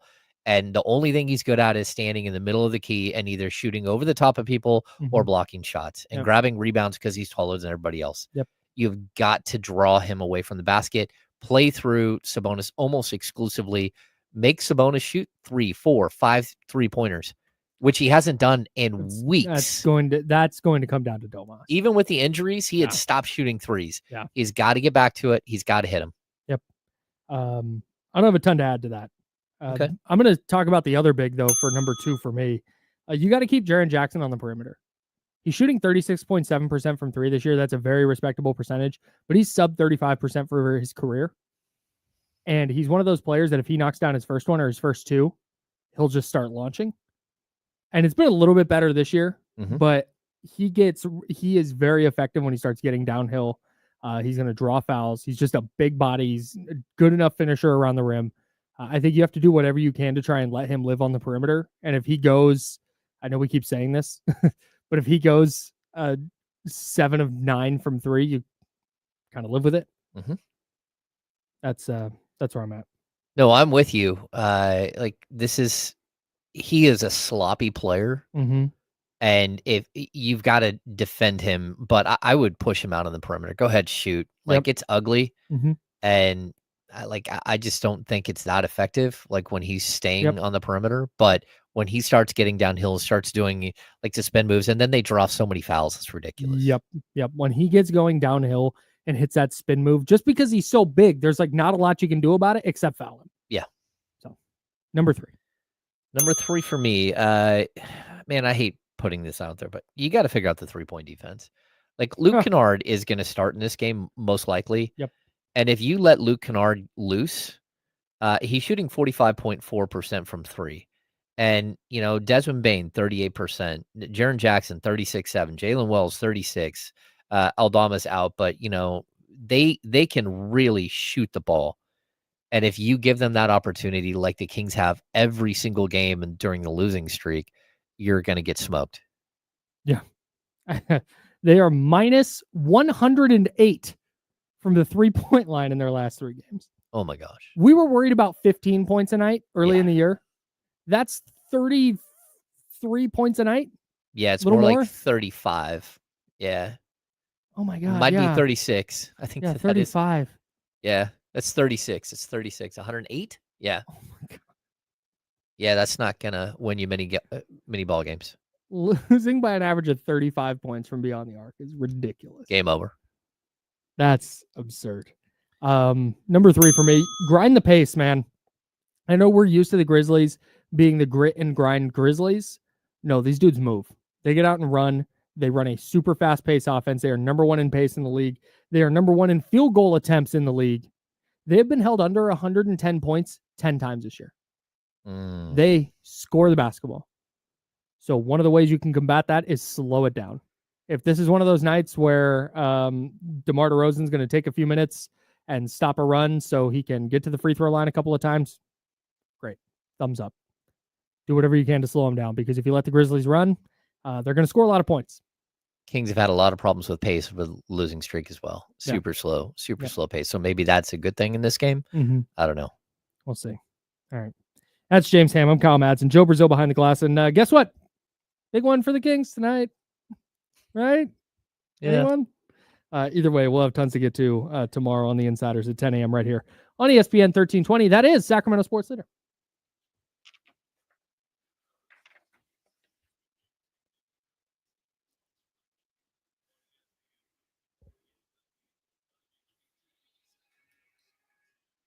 Missed hearing that, though.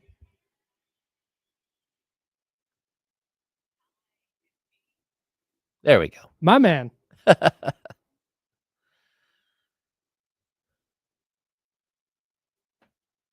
Yeah, I think one of the interesting things, you bring this up, that Doug is going to put 3 players on Luke like Curry. This team, as of right now, they don't really have that player. Although Desmond Bane can bust you up, and he has busted up the Kings. This is more of a play him straight up game. With Ja out of the game. Desmond Bane is not having a great season. Like overall, like his points per game is, well, I guess maybe he just had a great season last year because Ja was out. But yeah, he's down 5 points per game from his scoring from last season. It's because he's taken 3 less threes per game. Interesting.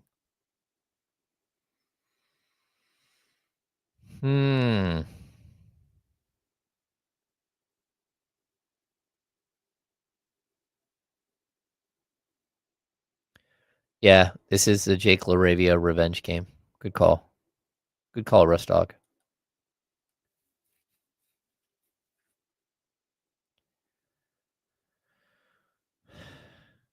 Are there no more big games, or all of them big games? Just saying.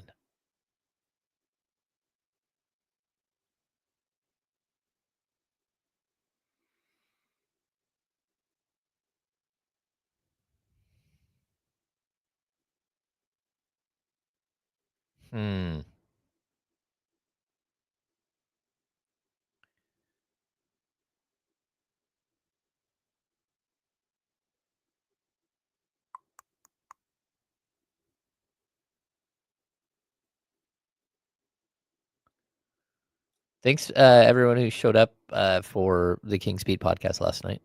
Just me and Sean. Brendan accidentally rear-ended someone in his driving his girlfriend's car.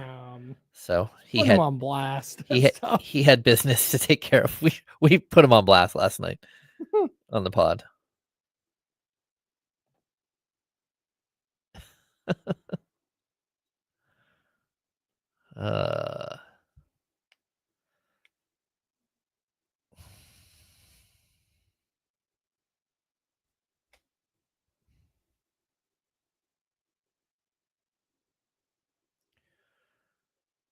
I did a joke on the internet on accident.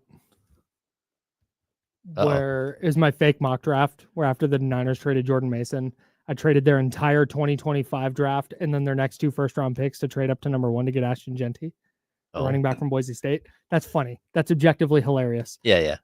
And the amount of people who have been like, "This is stupid. They should draft a defensive lineman." It's like, that's your issue with this? That's the problem you see with what's happening in this post? That's funny. Ridiculous. Are you making a clickbait post? It's not clickbait. It's a joke. It's supposed to be silly. It can't be clickbait on Twitter where I don't get any money. That's true. Ugh.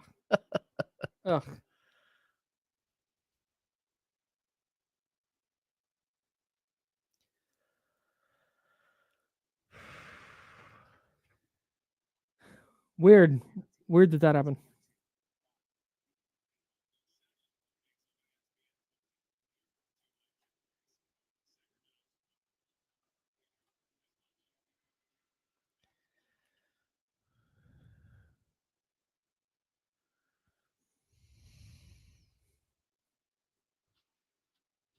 Now, back to the Insiders with James Ham and Kyle Madsen, brought to you by Jiffy Lube on ESPN 1320.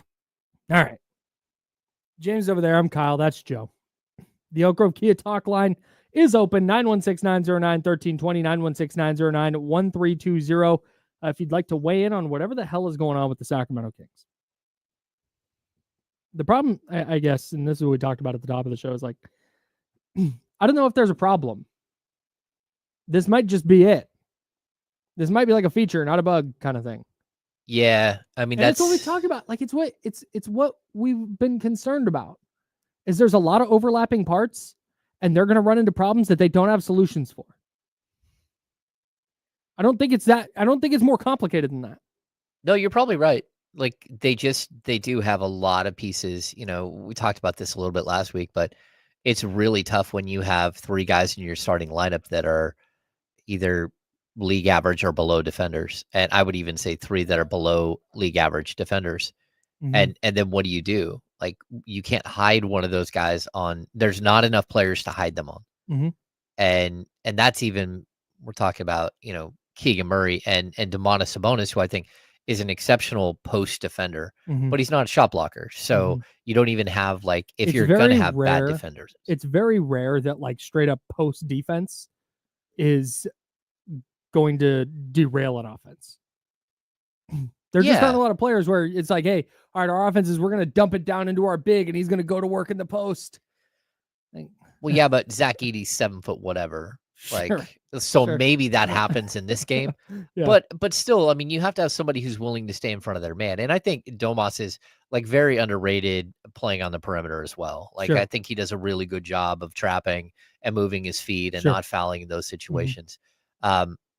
But, like, you've got to find ways to, like, hide guys on the defensive end every single night. And that's partially because that's who your starting lineup is. Like, you've got to figure out another way around it. You can't go out and have a great first quarter and score like 18 points in the first 6 minutes, but also give up 18 points or 20 points or 17 points because you can't stop anybody.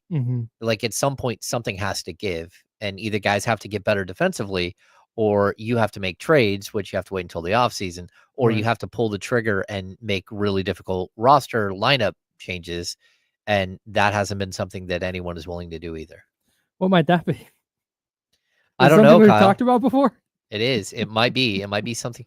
And, like, I want to get to one of the many things. I'm not even gonna. I'm gonna leave Keegan Murray alone here. He had 14 in the first half against the Suns. Yeah. And then 0 for 3 the rest of the game. Yeah. I'm leaving it alone. That's where we're at with Keegan. Do you think the Zach LaVine thing is just what every Zach LaVine critic has said, and this is him disappearing in big spots? Or do you think there's something larger going on? I don't know, but because we asked him about it, I specifically said, hey, you're averaging like 30 a game, and all of a sudden, you know, in the Knicks game, you didn't shoot. like what's going on there type stuff. And his approach was like, what do you mean? I went 5 of 10 from the field. Like I shot over 50% from the field. I shot right at 50% from 3. And I'm just looking, I'm like, okay, wait a sec. You think that that's okay? Right. Like, it's okay when Domantas Sabonis has a 6 or 10 shot attempt game. It's Right. not great, Mm-hmm. but the fact is the dude's leading the league in rebounding. He's not the primary offensive option. He was not brought here to be the primary scorer. He was not brought here to specifically replace De'Aaron Fox, who was the team's leading scorer. That's what Zach LaVine was brought here to do. Yes. If Domantas Sabonis has a night where he's not aggressive offensively, we can go, would like to see more from him. Mm-hmm. Because that slow night as an offensive, as a shooter is going to be offset by 8 or 10 assists, 12 or 14 rebounds. Yeah. Okay, cool. That's where his impact is going to be. That's where his bread is buttered. Well, I can tell you in the, let's see, 7 games this season, Domantas Sabonis has taken less than 10 shots. Mm-hmm. 9 assists, 7 assists, 7 assists, 13 assists, 11 assists, and 4 assists. He has one game where it was like, oh, that's not good. Yeah. Outside of that, like, but it, Zach LaVine, there was no pretense that like he was going to have this huge impact with assists and rebounding. And oh my God, he's a walking triple double. There was not that nobody was expecting that. It was, hey, the whole Zach LaVine thing is that he scores and does so hella efficiently. And when he's shooting it fewer than 10 times a game across a 3-game sample, that raises red flags. That to me is more, and to have it, if this had been his first 3 games with the Kings, it would be really, really easy to go, all right, he's still figuring out his teammates and stuff. Mm-hmm. He had started cooking. He had started making shots. He had started hitting a bunch of threes and having a huge fourth quarter to pull away. Was that against Charlotte? He dropped 42 on him. Well, I mean, and he started cooking. It was like, oh, okay, this is the Zach LaVine. Okay, I see it now. And then he just inexplicably, in the 3 games, you lose to the Clippers on a brutal bounce on a Kawhi Leonard offhand runner in the lane. I get a tough loss. Yeah. You're in a tough spot against the Knicks. That's where you would expect a guy like Zach LaVine to be like, all right, I'm backpacking us. Let's go. Mm-hmm. And he shot it 10 times. Okay, you lost both of those. Well, now you really need this one against Golden State. Yeah. You need it. You stay 2.5 back of them if you win this one. And he shoots it 6 times in a 26-point loss, 25-point loss, something like that, 20+ point loss. And then you go down to Phoenix, and again, like, all right, you lost those 3. Here's a beatable Phoenix team that all hates each other. Can you go get this one? And he shoots it 13 times, but 6 times in the fourth quarter when the game was already out of hand? Yeah. What is this? This is not... If it's the offense, if it's the game plan, okay. But I don't buy that Doug Christie is going into games and going, hey, here's what the offensive plan is, everybody. Zach, you're not going to shoot it a lot tonight. That doesn't make sense. That's not what is happening. No, and I think to your point, I mean, this is the problem. It's that since joining the Kings in 17 games, Zach LaVine is shooting 52.2% from the field, career high. He's shooting 42.9% from 3, which is really, really close to his career high. This year is his career high. He shot a little bit better for Chicago. He shot 44.6. He's shooting 90% from the free throw line. So he's legitimately a 50, 40, 90 guy in his 17 games with the Kings. Mm-hmm. And he's averaging 22.7 a game. And that's with the 3 games that we're talking about. Man. Like, he's been exceptional. Please just give us more of what you're doing. Right. We're not saying, oh, you're being so selfish, or, oh, that was such a horrible shot, or any of that. It's like, man, you were so good at basketball. This is such a big game, and to have you like disappear is startling. Yeah. And that's all. Yeah. Like, again, I think Zach LaVine is going to figure it out. Mm-hmm. But I also think that in the meantime, you really have to you have got to force feed him and say, dude, no, No, get back out there. You're not Shoot it 20 stepping times off the tonight. court. You're going back out there. You don't get to leave the court until you shoot 3 more times. Yeah. That's it. And I know that sounds extreme, but that's where we're at. And this is not to blame Zach LaVine. Like we said at the top of the show, there are a million things wrong right now. Yeah.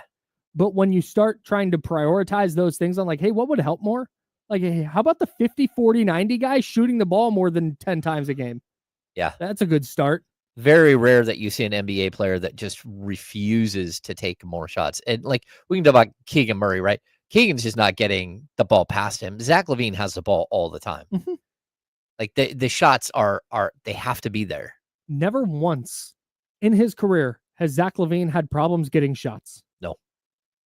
That's never going to be a thing. At least as long as he's in his prime, where a team is like, hey, we don't want that guy shooting. Yeah, it's just totally bizarre. Doesn't make sense. 916-909-1320, 916-909-1320. Let's go to our guy, TC. What's up, TC? Kyle Hammer, what's up, bro? Can you hear me? Yeah, we got you. Okay. Hey, so it comes down to this. It's gonna have to be a decision. And Zach, I love Zach, bro, but I'm not really caring about the money that he's being paid. That's the only discussion. Like if you don't want to shoot, bro, then you can be a six man, right? And we can throw Keon in that spot. If you don't want to sit DeMar down, DeMar's fine. Then we'll sit you down, Zach, and you can come off the bench, jack your shots up, play, make, and do whatever you want to do, bro. Derek's going to have to make that hard decision. Also, my decision I called in before was Laker, but what do you think? I know Vladdy's been around him, but what would you think if they let Monty and West go? I know Vladdy he stepped down. What do you think about bringing Vladdy back if Vladdy did come back and Vladdy and Doug working together? Doug being a head coach and Vladdy the GM. Do you think that'll work? Thanks, TC. Boy, you're just asking for Kings to get roasted. Now, look, part of the reason why Vladdy didn't have ultimate success here was because of the Scott Perry situation, right? So they had brought Scott Perry in to help Vladdy negotiate all of this stuff. Like there's so many things that go on that you have to oversee, whether it's your training staff, your medical staff, your PR staff, your basketball team. There's all of these pieces that are moving around. And then you have to make calls to go make trades. Like you need somebody to organize all that. And that's what Wilcox does right now.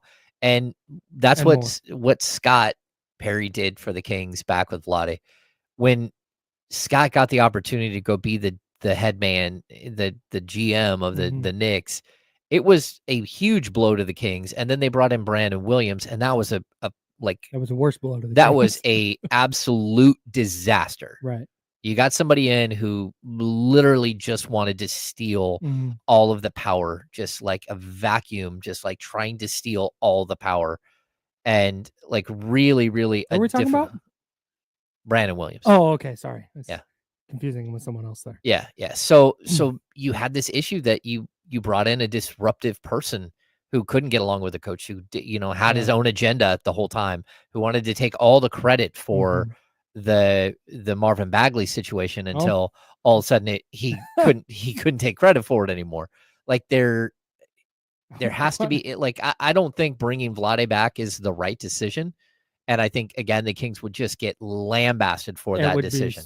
Really, really rough. But if you were to bring Scott Perry and have him be a general manager and have Vladdy as a consultant, like an elevator role like he is right now, but maybe have him be more part of the conversation, you might be okay. Sure. I don't know. GM Vladdy with head coach Doug is, to me, more of a grab at hey, look, here's some of your favorites. And not the correct basketball thing to do. Well, yeah, that, and Vladdy was already there and already made enough mistakes to not have the job. Exactly. Alex has been waiting patiently down in LA. Alex, what's up, man?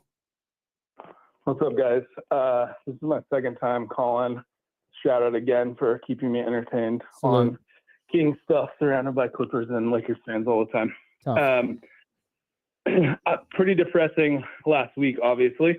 I watched all the practice interviews because I'm insane and overanalyze them. But there was some stuff from the practice yesterday that was crazy to me that I wanted to get into. Yeah. like very overcomplicating Kingsy kind of stuff where you heard Monk and Christie both talking about how, like, in the first 5 minutes of the game, Malik needs to play like a point guard. And then when he comes back in, he can play like 6-man Malik. And while Zach and DeMar are out on the bench. And first off, I'm like, I don't know why that they sit together when you could be highlighting one of their offenses, while staggering them. Sure. But the thing that weirded me out about it was something James said in his like first key to success, which was like, what the hell happened to running the offense through Domas, which was literally what we did when we actually made the playoffs. And then also, like, if you're having to jump through so many hoops to make this work with Malik, isn't that kind of a sign that you could simplify this by simply having him play like 6-man Malik, where he thrived, while introducing a 3-point sniper and elite defender into the starting lineup in the meantime? That actually helps us with our weakness, which is like guarding the perimeter. So it feels like just so much overcomplicating. And it's like, if the reason is still politics and hurt feelings, like, we're barely a 500 team. Like, and Doug is trying to win a head coaching job. So I would just think that, like, at some point he's seeing some lineup data from his staff, I would hope. Sure. And seeing that, like, Keon's in 4 of the 5 best lineups, and like, and this starting unit just has a big sample size now and doesn't work. And so lastly, I just, with regards to lineup data, I was curious if either of you know how data-driven and analytics-driven the front office is, because you hear... Good question. Thanks, Alex. Go ahead, James. All right. Sorry, Alex. Like Monty McNair is one of the foremost like analytics guys. It's why he was hired by the Houston Rockets years ago to handle analytics. We're talking about like a Princeton grad. Like, this is an analytics driven, but that's not who everybody is with the team. Like Monty does his thing, which is, and he has an analytics team. Then, you have your more conventional guy in Wes, you have a scouting staff, you have all of these other pieces that work with it, with the analytics side. But what does that mean? I don't know. I don't know how you translate all the analytics down to the court. And I do know that there are specific lineups that don't work together and some that do work together. And the analytics tell you that, or there are certain spots on the floor that a specific player is really good at, and you got to work to get him to that spot on the floor. How do we get him to that spot? So there are ways that analytics really help.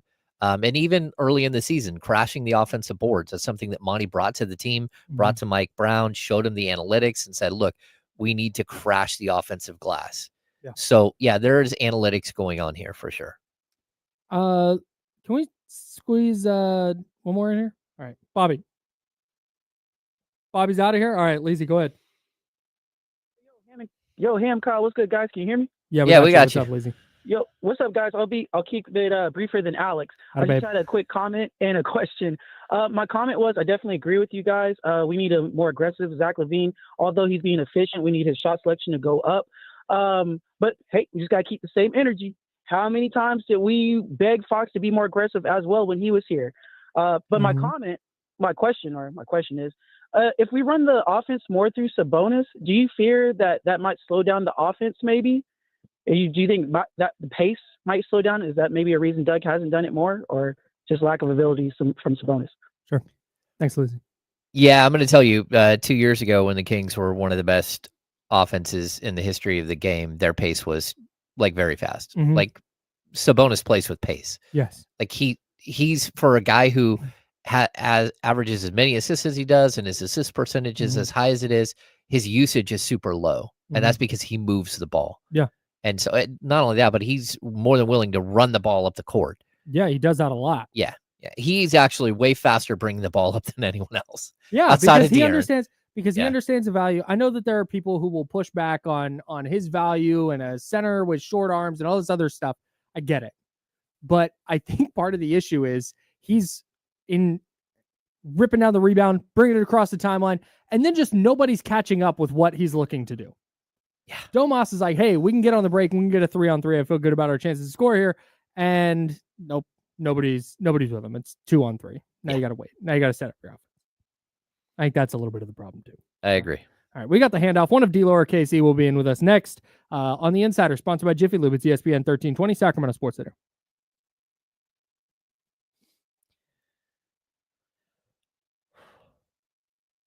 All right, so the Kings pace in the 22-23 season, they were 12th in the league at 100.99. Last season, let me see what their pace was. And again, this is with De'Aaron Fox, but the Kings were 14th at 99.46. This season, their pace is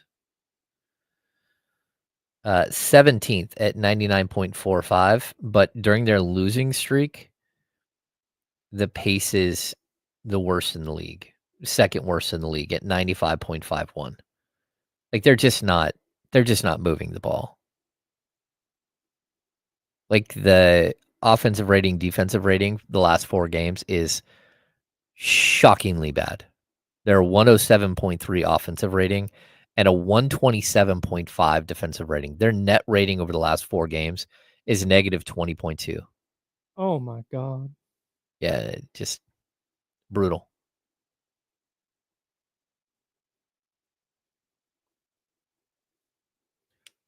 Ooh, it might be a little Mojo's day for your boy. Guinness infused beef stew. Oh, Doing an advertisement for him. Go look at their Instagram if you want to know what the rest of what they're doing. Guinness, they got a little swag bag they're giving away. oh. A run club. We used to go downtown for Mojo St. Patty's Day. It was always a party. That spot. They oh my God. We got to do something with Mojo's. I got to go talk to John. Anybody watching White Lotus? Oh yeah. This season? Oh yeah. Did you watch last night? Yep. Bro, the Sam Rockwell bit was wild. Wild. Off the charts. Just wild. Not like, again, not just judging, not judging anybody. Like whatever you're into in life that's your thing. I'm not judging. It was just so, I was expecting, like, I don't want to do spoilers. I was expecting that to be about like the thing he's in Bangkok to do. Yeah. That Walton Goggins' character is in Bangkok to do. Uh-huh. So for that to turn into a conversation that it did was like, oh, that was out of left field. Well, that's exactly the way it was received by the person he was talking to. It was like, oh. No judgment. I love where it's heading, I think. I just don't know. I'm not a fan of the thing that happened on the boat. Not a fan. Didn't love that. Oh. It feels like it's been trending that way too. Yeah. Yeah. No, that's weird. Yeah.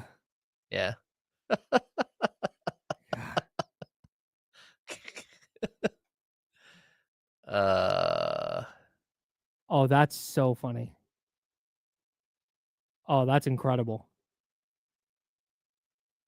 Yeah, because his wife is in the show. Who's his wife? What's her name? She is the blonde with the short hair who's in the friend group.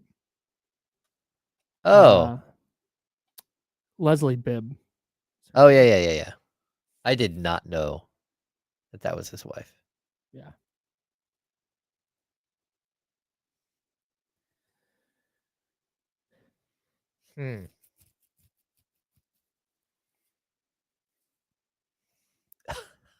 What a wild scene. There's so many wild scenes in this movie. For Sunday nights to be White Lotus, Righteous Gemstones back to back is just. I haven't watched Righteous Gemstones. Bro, you'll love it. I'm very confident you would like that. Oh, hey, Kenny's this here. day is just going 45 by seconds. way too fast. I don't even know what's happening.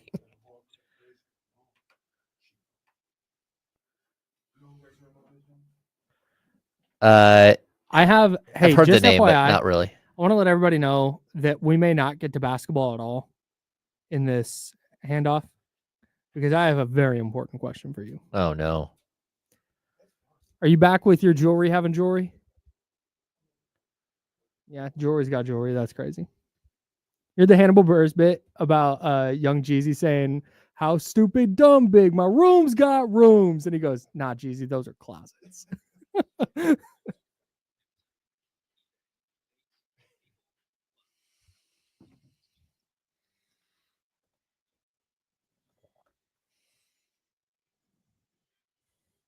Now, back to the Insiders with James Ham and Kyle Madsen, brought to you by Jiffy Lube on ESPN 1320. And it's time for the handoff. James Ham's there. I'm Kyle Madsen. Joe Brazil's over there. And Kenny Caraway is now with us. D-Lo and KC coming up at noon right here on ESPN 1320. That is Sacramento Sports Leader. All right. I'm sure you guys on D-Lo and KC are going to talk a lot of hoop today. Four game losing skid for the Kings. Yeah. Got Memphis tonight. I'm going to, we might talk basketball here. You're wearing an A's hat today. Yes, sir. You are a fan of the Giants. Yes, sir. Do you have, I'm going to assume Dodgers is in this group, but do you have like a list of hats you will not wear? Yeah, it's a list of one. It's just Dodgers? It's just Dodgers. That's it? It's a list Across of all one. leagues? Yeah. What do you mean? All sport. Okay. All sports, yeah. Obviously football. There's probably like 5 teams. NBA, 3 teams. Celtics, Lakers, Warriors. Okay. Other than that, everybody else rocks. Okay. Football is Seahawks. You're not doing, Rams. yeah. NFC West. Yeah. Cowboys. Packers. Oh, Packers are a Eagles. good one, yeah. Maybe I used to be all right with the Eagles. Like I'm not maybe, okay with the Eagles I anymore. used to. You know, the relationship has soured in the last 5 years or so. But I used to like Philadelphia as a sports town. Like, Isn't that used to funny? be all good. Isn't that funny how that happens in sports? Like, catch me mid 2010s despising everything about the city of Cleveland. I shouldn't give a rat's about Cleveland. I should have no feelings about the city of Cleveland. Has that But every changed? June, I'm like, hey, F them. Has that changed? Has Cleveland changed? Like since you're removed from that? Yeah, I don't mind. I don't mind. So there's hope for the me in Cavs. Philadelphia again. Yeah, for sure. Like I have no beef with the Cavs specifically. Yeah. At least not anymore. Well, Same with the Rockets. Oh, Rockets. Yeah. Yeah. That used to be heated. Yeah. So, But now I just don't like the Rockets are just kind of like, all right, they're just there. you know, I don't obviously- viscerally hate them. Obviously, I rock with the Knicks. You know, I'm a Knicks supporter. Right, you're a Knicks Once fan. again, not a Knicks fan. I'm a Knicks supporter. There's a difference. Okay. Kind of feel that way. It's like an athletic supporter, only Yeah, different. right. Today he's an athletic supporter. I feel that way about the Bulls. I always kind of like the Bulls because my favorite color is red. Okay. And MJ. Jordan, yeah. I grew up that way. So I feel like if you were born, if you don't mind, what year were you born? 83. 83. Oh, same year as my brother. Man, you said it I feel your like- brother's hella old. Yeah. Damn. Like damn. He is, dude. It's kind of weird. So I feel like people born between maybe like 81 and 90. Mm. You were a Bulls fan at some point in your life. That sounds accurate. Like at some point, you had like I had a Michael Jordan jersey. Yeah. I had all the Space Jam stuff. That was Big the MJ squad. guy. That was the squad. Yeah. That was the squad. And Yeah. then when MJ left, that was the first time I took a look at the Sacramento Kings. Born and raised in Sacramento. Yeah. And the Kings, I believe it coincided. Yeah, because Jordan retires. 98. Pippen's there. I'm still, no. First time. Oh, first time. Jordan retires. Yeah. Pippen's still there. I'm still rocking with him. I still can't believe So you're like they called the 12. foul. Yeah, I was 93. I was 11. Oh, 11. 10, 11. Yeah. They called a foul on Hubert Davis in game 5. Scottie Pippen was cooking Ridiculous. that year. His dunk over Patrick Ewing, I lost my mind, did a backflip in the living room. I was going crazy. Big time Bulls fan, even when Jordan was gone. But when they left, or when they lost that series, and it coincided with the Kings with the whole brand change. That's when they went purple and black. Mm-hmm. And I was like, all right, what's going on here in Sacramento? And that was the first time I looked at the Kings. And They made the playoffs right after that, right? they had a heartbreaker on the last day of the season against the Nuggets. 94, 95. 94-95. Mhm. It was win or go home. Mm-hmm. And they got beat by like 20, 25. Oof. or Yeah. something. Like it was heartbreaking. And then they made it the next year. And I was like 95, 96 against Seattle. Right.